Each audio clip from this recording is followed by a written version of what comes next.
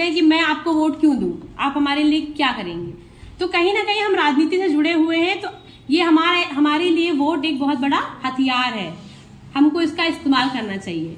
हम बहुत सारे लोग तो वोट ही नहीं करते हैं, उनको लगता है कि हमारे वोट करने से कौन सा देश चेंज हो रहा है, लेकिन ऐसा नहीं है।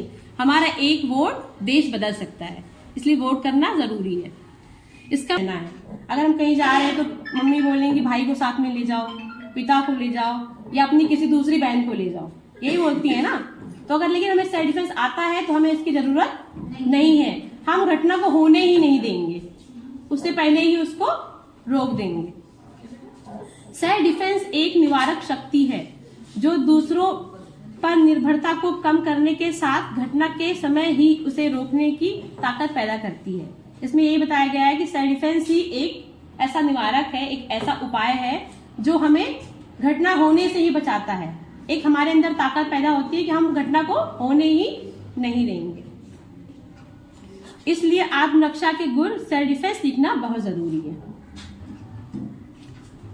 आत्मरक्षा के गुण महिलाओं और लड़कियों को आत्मनिर्भर बनाती है। अगर हमें आत्मरक्षा आता है तो हमें किसी और को साथ में ले जाने की जरूरत नहीं है, हम खुद हर जगह जा सकते हैं। ठीक है।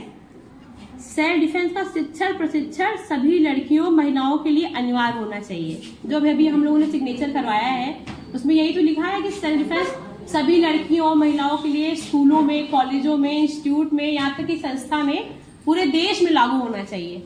जरूरी है कि नहीं? जो लड़कियां महिलाएं आत्मरक्षा जान पे आश्रित रहना है। अगर हम कहीं जा रहे हैं तो मम्मी बोलेंगी भाई को साथ में ले जाओ, पिता को ले जाओ, या अपनी किसी दूसरी बहन को ले जाओ, यही बोलती है ना। तो अगर लेकिन हमें सेल्फ डिफेंस आता है तो हमें इसकी जरूरत नहीं है, हम घटना को